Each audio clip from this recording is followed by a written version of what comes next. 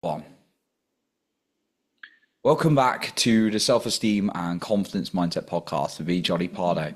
And today I welcome Marc Azoulay, and we're going to be talking about men's therapy, men's work, and much, much more, I'm sure. So a quick introduction to Marc. So Marc Azoulay, LPC, LAC, CGP, ACS, is the founder of Men's Therapy Online, a community and healing hub for men who want to get back on their feet or take their life to the next level. With the help of his team of licensed clinicians, he provides ongoing men's groups, couples, and individual counseling. Welcome to the show today, Marc. Glad to have you on board.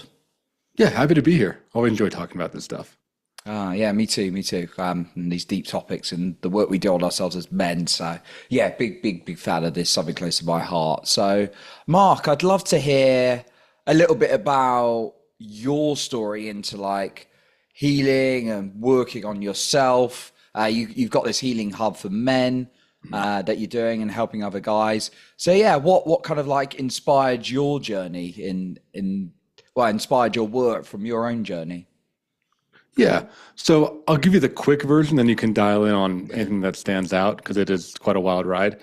But the quick version is, so basically, grew up in America, in Maryland. Childhood was okay, but I think like similar to a lot of millennials, I didn't have a lot of emotional intelligence in the household. My mom was physically abusive, emotionally abusive, and just the house was kind of either very tense or just kind of dead. So even though I was provided for, I family had plenty of money, I was safe, I didn't have those emotional needs met.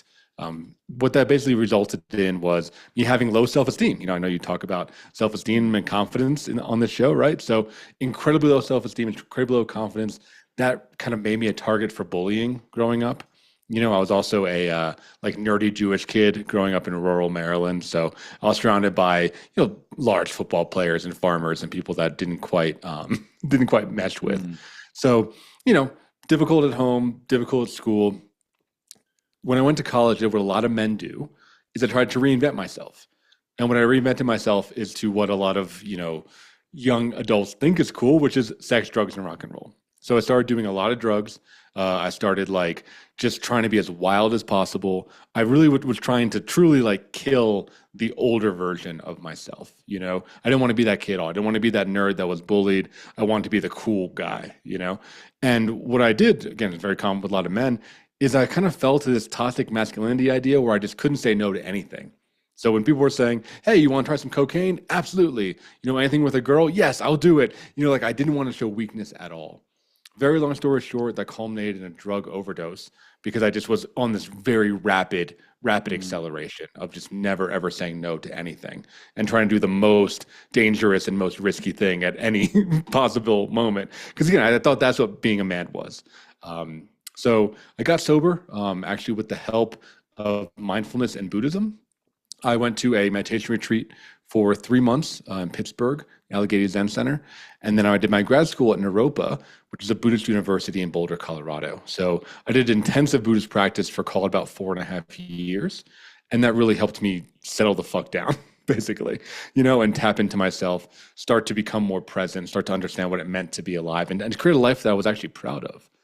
And by going through the recovery work, I found that really at the root of it was the idea of what it meant to be a man. I love my dad to death and he's a wonderful role model. But again, he never really taught me what it meant to be a man. I was just kind of looking at him and comparing myself to him. I wasn't getting educated or guided. So I had to find that in the form of therapists, in the form of mentors, coaches, personal trainers. I really had to surround myself with healthy men so I could figure out what this meant. And as I go into my practice now, like you mentioned a little bit in the intro, I run a company. We have a bunch of clinicians. We treat people, nationwide. But I find that a lot of men, especially us, especially the millennials, struggle with this idea of masculinity. A lot of us are nice guys, and I was too, where, a lot of people pleasing, a lot of just, yes, ma'am, whatever you want, a lot of putting our needs in the background, trying to just, for me, it was to get laid, or for many people, it's to advance in their career, get approval. But a lot of us are empty inside. So what me and my company do is try to provide healthy role models for guys that are coming up and really educate them around what it means to be a man in modern times, which is, probably don't tell you this, but it's a very taboo topic, even talk about masculinity in these days. It's a very spicy topic, even though I don't think it should be. Yeah, it does get thrown around quite a lot. You see it on like socials and things like that. So yeah, for you, what is how would you define masculinity? Yeah, so I pull from four different values: strength, courage, mastery, and honor. And I can run through those really quickly. Yeah, So sure. strength, I talk about, for most guys, I'll talk about kind of old masculinity, then modern masculinity, right? So classic masculinity, when you think of strength, you think of like how much can you bench, how much can you squat, can you run? And like that's important, right? I think that there's something to that. I think being healthy, being fit, when you see a man that is physically strong as a man, you respect them, right? There's something very primal about respecting somebody who's physically strong. Where we go in the modern era is it's not just physical, it's emotional and mental. And again, I know you talk a lot about mindset, right? So that would be kind of a mental strength, the ability to have discipline, resilience, get back up when you fall down. And then emotional strength is being able to really tap in and leverage those emotions. The example I use with a lot of my guys is, being at a funeral and saying a eulogy that moves the crowd to tears. Like that's strong, right? There's an element of strength there. Or being a boss or a leader and being able to really motivate and command a unit of people, right? Like that's emotional strength, being able to use charisma in that way. Courage, courage is doing shit that you're afraid of, right? And what I like to make the distinction of is courage is not feeling fear, which is where I think a lot of men think courage is like, oh, we'll never be afraid again. But there's this Buddhist concept which translates to fearlessness, which is the idea, actually, it's kind of counterintuitive. It's feeling fear and doing it anyway. So being able to operate while afraid. So that's how I define courage. Mastery is the idea of getting good at stuff, So again, classical masculinity would say that there's some things that are manly to be good at, whether it's cars or, I don't know, making money or, mowing the lawn, right, or building a house. Those are kind of masculine things. And those are all great. But we expand the definition to talk about getting good at anything, the process of getting good. Even if it's something that's traditionally feminine, even if it's like crocheting, or making, being a tailor or working with leather, right? Stuff that might be more feminine, you are still getting better and improving. And that's what makes it masculine. It doesn't really matter what it looks like, but committing, learning, growing, and grinding, right? Leveling up is the masculine ideal. And then the last thing, and we talk about this quite a bit in therapy, is honor. And I think that's really what's lacking of all these things. I think that's what's really lacking in the current conversation is what it means to be an honorable man, and that means doing the right thing, even when it's hard, especially when it's hard, not falling to temptations, not taking like the quick and easy way out, really trying to view oneself as part of a greater whole, whether that's your family or your community or your friends or your company. This idea of honor, it takes a lifetime to build, but it is the most rewarding thing. Honor is like from your definition of it, like with all these things and distractions and temptations in the world, right? It can be quite difficult, I feel, for guys. Yeah, Yeah, just totally, right? Yeah, I'm curious what you see in the work that you do, right? But it's like there's so much stuff pulling at us, whether it's drugs and alcohol, or what a lot of guys struggle with is porn, or screen addiction, gambling. There's all these things that are trying to pull at us.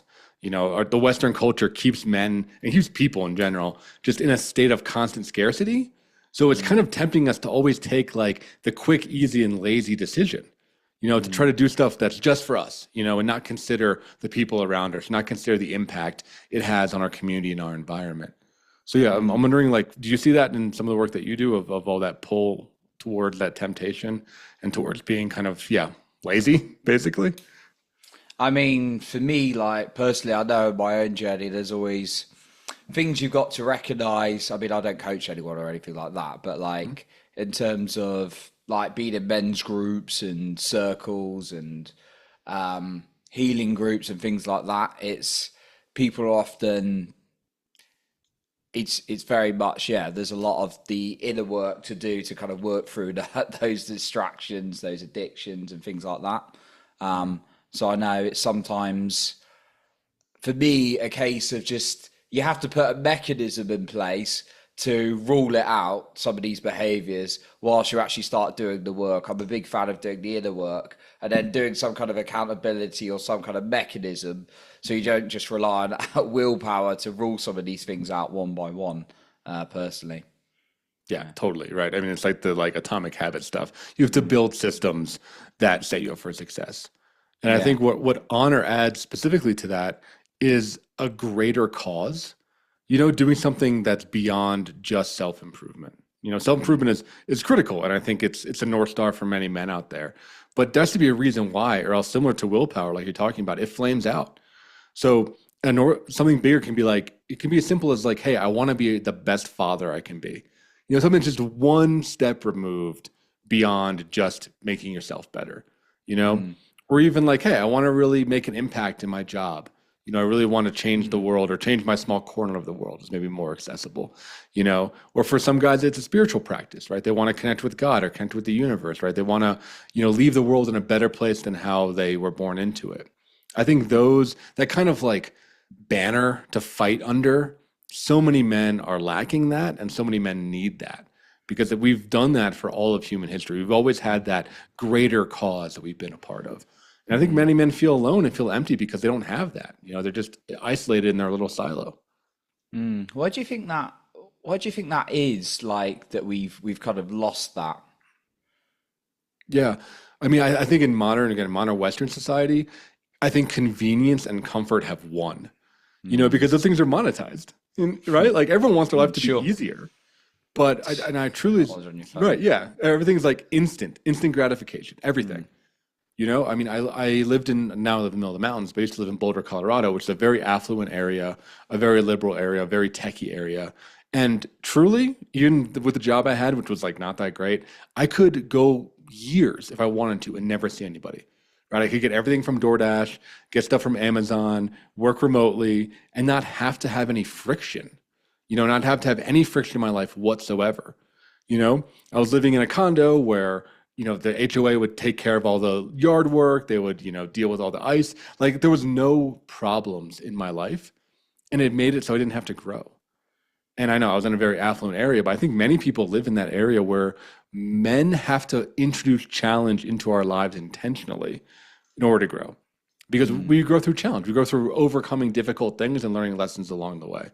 And that's not baked into society. And that's good because, we're not getting killed by bandits or dealing with malaria or whatever, right? But we still have to bring challenge into our life, whether that's, physical, mental, emotional, or spiritual. We need to bring that challenge so that we can grow. So I think it's very easy to live a very comfortable life.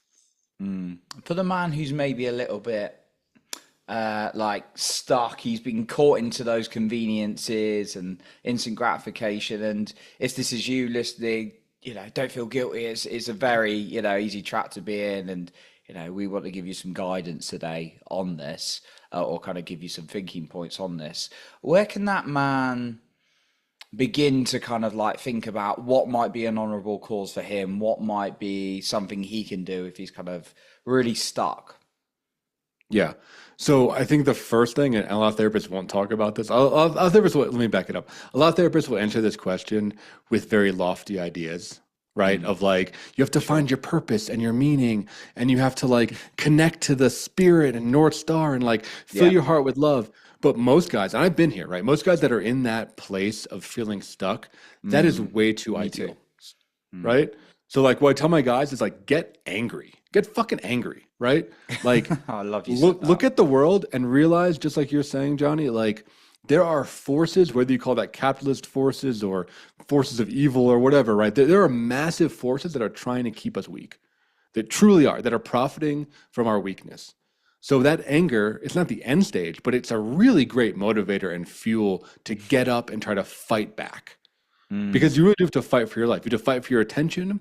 You have to fight for your brain space. You have to fight for your, mental well-being, because like I said, there's so many things that want us to be living in the state of scarcity and temptation and then sell us solutions that don't really work. In fact, many of them make it worse. So for something practical, right, is get pissed and then try to push away these things that are not serving you. When I live in Colorado, there's a lot of nature that's very accessible. So something that can be very easy is like, do a one night overnight camping trip by yourself, no phone, and just see where your mind goes, right? Just like disconnect from reality, disconnect from your default life and put yourself in a new situation, right? Trying to find a level of challenge that's doable for you. So if camping doesn't make sense, do a hike. Doing a hike doesn't make sense, walk around your block, right? Just like start to really push away from these forces that are really programming you, you know? And I think anger it's not the final fuel, but it is a good fuel right out the gate to start to make some of these changes. I love that answer. That's something I was in a mastermind once, and they were talking about that, and you kind of think, it made sense afterwards, but at the time, you're like, why would you get angry and stay in there? And then I remember like there was a multi-millionaire, and he was sharing his techniques on a teaching I was on from one of my mentors, and he was saying, this is a step lots of people don't talk about in this wealth building formula, and the first step is actually to get very angry with where you are. And he said you don't stay there, but you start there, and yeah, so that was quite interesting for you, Mark. Like, how do we make sure we don't stay in anger though? Yeah. So I think, working with a therapist and a coach, obviously, right? But I think the anger, it can pollute the system over time, and you'll start to see it show up in your relationships, right? But I want to say to those guys out there, it's better than having no relationship, right? Having a relationship full of anger is better than having no relationships, which is where I started. So if the anger gets you out the door, gets you talking to people, gets you connecting, gets you getting in shape a little bit, right? Starting to like get the ball rolling, then you're going to upgrade the quality of your problems, And something one of my mentors said is you're never not going to have problems, but you can upgrade the quality of your problems. You're going to have higher level problems, right? So instead of your problem being, hey, I'm lonely and, I'm sedentary and I'm not going anywhere in life, your problem is like, okay, I'm going somewhere in life, but I'm getting feedback that I'm too aggressive or that I'm pissed off or that I'm too tight. Great. New solution, So then the solution then becomes, okay, now once you get that feedback from the world, you're going in a good direction because you're actually moving. So now you have to figure out, okay, now that I'm moving, then it becomes, what is the why? Bringing in honor, right? Like what is the why of why do I want to move? And for most guys, it's pretty simple. I think for a lot of guys, it's like, I want to be in a relationship and I want to be a good husband and I want to be a good father. It's pretty basic. And those things require emotional intelligence, they require mental fortitude, and they require being able to have your heart be open to be connecting to other people. So all I have to say is like, the world will tell you when it's time to change. But until then, like keep moving, keep the ball rolling because it's way better than being stuck. I like that. And with the anger, I remember a technique that's kind of like helped me accelerate sometimes. It's definitely better than sometimes you I feel like, need to cry as a man and sort of release stuff now and then, not 24/7, but when something's like hurtful and feel the emotion. I'm a big fan of that, but not staying there, not identifying with it. But like with the anger, like I found what was useful was going like past, present, future. So it's like, this has happened, this has cost me from acting this way, and this is what's going to happen. And it actually gets me quite like fired up and a bit more like assertive. So it was like that kind of like nice kind of tendency, and then like pushing through that, like getting me fired up really, really helped. So I love that. But then you're saying when you get past that stage, it's really about connecting to your why, and and sort of like the why could be like being a husband, it could be anything, right? Yeah, exactly. And it's finding a channel for that energy. In Buddhism, they differentiate between anger and aggression, right? So anger is the will to hurt, right? It's the intent to hurt. It's the idea of like, I want to dominate you. I want to hurt you because I'm hurting. I want to like inflict violence. That's often, like I said, the first emotion because it's very crude. It's very brutal. But then aggression is just kind of what you're talking about. It's like the energy that moves you towards something. It's the go get 'em attitude. And aggression isn't bad. It's just force. It's just power, So you want to be aggressive, and men are aggressive. It's something that, again, we don't talk about enough, or when we do, it gets poo-pooed and it gets put on the side. Like we are the human male, right? The human male is the apex predator of the planet Earth, right? We have controlled, we have dominated, we kill fucking every animal. Like we are the most aggressive creature on this entire planet. And to deny that is really cutting out a lot of our masculine and core and a lot of our power. You know, to pretend that we're not that is just ludicrous. I mean, look around the world, right? Humans and men, we won. We won, you know? Like we beat the lions, we beat the sharks, we won. So it's like to deny that really dampens the fire of a man, and it can result in what I talked about a little before, the nice guy tendencies. It can result in depression. It can result in seeking aggression through unhealthy means, whether that be drugs, alcohol, or porn, or kind of the big three ones, you know? But being able to channel that aggression towards something that is positive, and that's that why, is what's important. You know, you're never going to get rid of it, but you can learn how to wield it. You know, when I talk with a lot of my guys, use the metaphor. I'm a nerd, right? So there's a lot of metaphors from history and Dungeons and Dragons and shit. So I talk about the difference between like the Viking berserker who's got the axe and he's just hacking at everything, you know? And like that's effective. It doesn't last that long. It's not sustainable. But a lot of men, including myself, sounds like probably you, like we know what that feels like, where you just have to just attack everything. Yeah. But the goal is to like become the samurai, right? The samurai who like does one chop and it cuts the dude in half, you know? So it's like you're still equally violent and equally powerful, but the samurai, you're channeling that aggression and you know exactly when, where, and how to strike to get what you need. And it causes minimal collateral damage, but it's still incredibly intimidating. And in many ways, the samurai is more powerful than the berserker. He's way more sustainable, right? It's way more intelligent. It's way more emotionally grounded. And a lot of these samurais, they had that big why. They had a big, you know, spiritual practice through Shintoism. They wrote poetry. You know, they're more well-rounded than the guy that is just a berserker and angry all the time. And what kind of things can men do to make that switch from the Viking to the samurai? Yeah. So if you want like kind of a specific example, the first thing, well, I mean, the first thing, but the most powerful thing is just what you mentioned, doing the inner work, whether working with a therapist or a coach, because what fuels that rage is often hurt and trauma, you know? So that raging part is likely and almost always your inner child that didn't get their needs met, you know? That's throwing a temper tantrum, that is trying to just like be as loud and as crazy and as psycho as possible to get attention. So once you start to fill those holes and figure out what those holes were. So for instance, right, I said I had some difficulty with my mom growing up. Part of my healing was actually finding four, maybe five older women mentors that were surrogate mothers for me, right? Just acknowledging, hey, I didn't have a good relationship with my mom. You know, actually now it's way better. It's awesome because I've in many ways released her from my expectations. You know, now I can love her for who she is because I got that need met by actively seeking other people, you know? And if you talk to most guys, there's one, two, maybe three things that have haunted them their entire life. So an easy example is you can have a guy who is very successful. Maybe he's a father. Maybe he has a great job. He has like a Porsche, whatever, right? But he's always been insecure about his weight. You know, he's just like, he's overweight. He's out of shape. He's always been insecure about his weight since being a child. Until that guy really practices courage, right? One of my pillars, until he practices courage and actually deals with the weight and deals with his fitness, none of those other things are going to matter. Because it's like you have a hole in your bucket. You know, you keep filling the bucket with water, but if it keeps draining out because of that core insecurity, it doesn't matter how much water you dump in there. So this guy can make more money. He can like buy a bigger house. He can get a nicer car, but that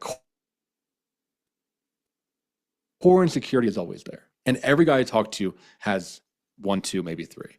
So it's about like truly manning up and facing those inner demons and healing them. If you plug that hole in the bucket, you're going to find that your life is going to be full of meaning. But, and again, you know, most listeners, probably as I'm talking, you're like, oh shit. Like you know what it is. You know what it is. You've had it your whole life, you know? You just have to have the guts and then the help, right? Through therapist, coach, friends, spiritual community, whatever, the help and the support to really, really tackle the thing that you've been avoiding your whole life, right? That is the thing that is actually holding you back. There's no way around it. You have to go through it. And that can take a lot of courage, I guess, to be honest about what the thing is sometimes. Yes. Totally. Yeah, because it's usually something really embarrassing, right? Like Mm. I used weight as one. I have guys that have been insecure about the size of their penis for their whole life, right? Guys that feel like they've never had meaningful sex, guys who feel like they can't speak in public, guys who feel like they can't feel love, guys who've had these temper tantrums and have a lot of shame around them, guys who lost somebody, maybe it's a parent early in life or early relationship partner. It's different flavor for everybody, but it's the thing that like creeps into your mind early in the morning, when you're like in that shame place where you get that like, ah, shit feeling, like every guy has that. And it's just about finding a place where you can start to work on that and start to plug your core wound. Mm. I love that. And Mark, I want to go back a little bit, and I think this links to what you just been sharing. Yeah. And yeah, getting honest with those wounds, because yeah, it's sometimes you say, oh, that's a problem, but when you really sit with it, I found you know what it is, or if you work with a coach or therapist, you get honest. But you touched on like the inner child work. Is that something you do as part of what as your work? Yeah, totally. Mm. Yeah, I mean, that's a big part of therapy, right? Is kind of understanding that our childhood influences our present.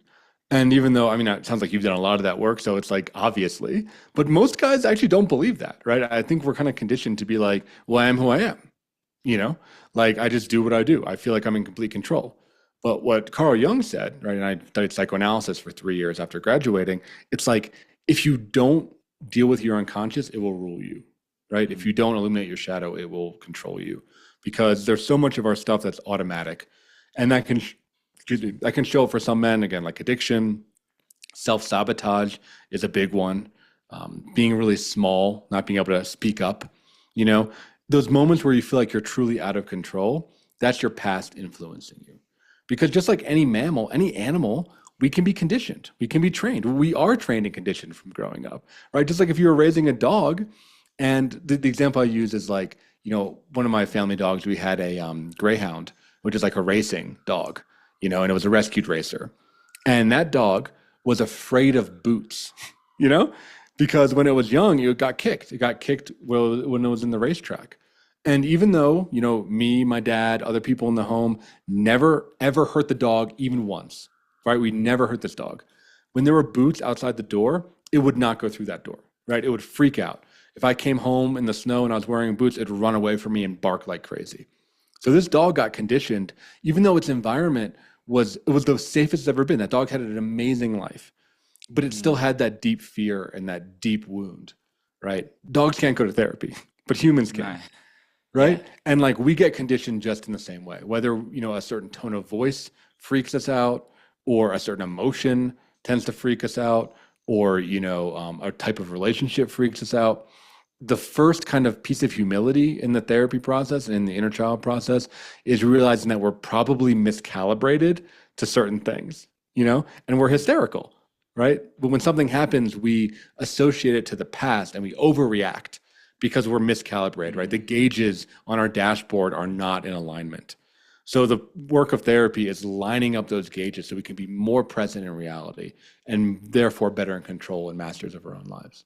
Did that make Mm. sense? I feel like I went all over the place with that one, but No, no, hopefully that makes absolutely. sense. Yeah. Yeah. Yeah, the inner child stuff has been key. Like I make it a practice to connect with mine every single day, no matter how I'm feeling. It's like if I'm good, if I'm sort of neutral, if maybe it's a bit tougher, sort of emotionally. Um, yeah, connecting with mine every day, and it really can kind of like release a lot. And for me, it creates a lot more like self love. And I think for like my message to guys on like not wanting to do the inner child, it's always an invitation to do the work, of course, but it's like if you've got like an inner child out of control and running the show, then you're not going to be as productive, you're not going to be as present in your relationships, you're not going to be thriving in the areas. When I've like worked with it and like it's like, oh, he's really really hurting, that thing's hurting, whether it's like dating a girl or didn't work out or like a work related thing, and then I'm like, he's feeling that. That's coming up. Then I'll release like tears. Suddenly, joy can come quite soon after. So it's quite interesting, I find. Yeah, I mean that's a great example, right? And it's like the inner child, it doesn't need as much attention as you think it does, but Just it a little needs bit. attention. Yeah. And like I said, you can cry or feel that pain just for, I don't know, 5, 10 minutes, and then it clears. I think the thing that traps a lot of men, we talk about the man box, which is everyone knows what that is, right? It's the idea of like you got to be stoic and strong and tough and all this stuff, right? The things the inner child needs can feel embarrassing because it needs what a kid needs, right? It needs attention. It needs to be held, right? Which is you're talking about, like allowing yourself to cry, right? It needs to play, right? Just have fun and not be I've missed competitive or that not try one. to get anything. Guilty, definitely been guilty of not giving it enough fun. So Yeah, yeah, yeah, it I just started needs fun. scheduling that. So I started scheduling it, and it was just dancing around, listening to Disney songs, all sorts of things, because it needed it, Yeah, and I right. felt a lot happier and a lot more productive as a result. Way happier, way more productive. Yeah, because it clears all that pain and trauma, and then it can let your adult mind really take over instead of having this like temper tantrum screaming child. It's like you're trying to get work done and you have a screaming child in the next room. It's going to be very difficult to focus. If you attend to that child and like calm it down, have some fun with it, play around a little bit, then you can be way more present. Yeah, I love that example. It's and I think as men, and my perception of and being in like men's groups and knowing a lot of obviously men in the world, I think there's, and I've been guilty of it. It's like, no, we got to work, work, work, work, hustle, hustle, hustle, hustle. So that inner child does get missed out. But again, it's been to the impact of my mental health, my emotional health when I've done that. So that would be my take on it. So That's yeah, awesome. Yeah, with like that's really good. the hustle. So Mark, yeah, I know you're doing a lot in the world and you're sharing a lot and you can support men in a lot deeper. Um, yeah, what would you say is the benefit of having a therapist or a coach for a guy rather than doing it alone? Yeah. So one of the things I like to say about men in therapy, right, is that the therapist helps you keep your shit together most of the time, Mm, right? Because we have to keep your shit together most of the time. All the time doesn't work. And a lot of men try to keep shit together all the time. But the therapy room and the therapy experience or men's groups like you talked about, we run some from our company. Like it's a place once a week, every other week, whatever it is, where you can let that guard down and actually renew yourself. Because so many men, and you're talking about this directly, dude, like are in that hustle, work, grind mindset, and we never get a chance to actually take a break, you know? mm, And then what happens is because we're not robots, right? We're not fucking Arnold Schwarzenegger Terminators, right? All that pain and all that tension bleeds out to the people that we love. It bleeds into our family, it bleeds into our relationships, it bleeds into ourselves by self-sabotage, addiction, porn, things like that. We need to find places to release it, and therapy is the place to do that. It's the place to have a conversation that's completely confidential, right? mm, And completely, in some ways, in a healthy way, uninvested. If you're talking to me, I don't know anybody in your life. So I don't have any bias. I don't mm, have any motivation. I'm not going to gossip about you. Like it is truly a contained, safe, and then ultimately bold and brave place to be able to be honest. Like mm, like you were mentioning, so many men are not able to be honest. And I think because of the way our culture is, we have to perform. I mean, you can't live in therapy world all the time. You have to go out there, you have to grind, you have to hustle, you have to keep your shit together most of the time. But mm. in order to keep your shit together most of the time, you have to have at least a couple places where you can take the mask down. And I think therapy is the best solution for that. I love it. No, thank you, Mark, for sharing that view. And yeah, and also like you did touch on, we do live in the practical world, so there is that element of getting out there. But ultimately, there's a forum, it's a place to kind of express those emotions, not suppress. So love it. Yeah, Mark, I know you offer loads, as I was touching on. So where can the listener find you if they want to reach out, get hold of more of your work, get in touch about your services and what you do? And is there anything you'd like to leave us with today? Yeah. So I'll do the pitch first. The best place to find us is at menstherapy.online. That's the hub for my company. I have my own podcast, Men's Therapy Podcast. I have tons of blogs. I have, all the coaching services. We have a bunch of online courses, many of them free. So if you just want to find out what we're up to, menstherapy.online, check it out. It has a very like heavy metal Dungeons and Dragons aesthetic. It's very different from your typical therapy website. I'll say that. So it's worth even just looking at the art that we use. It's pretty sick, I think. So yeah, menstherapy.online.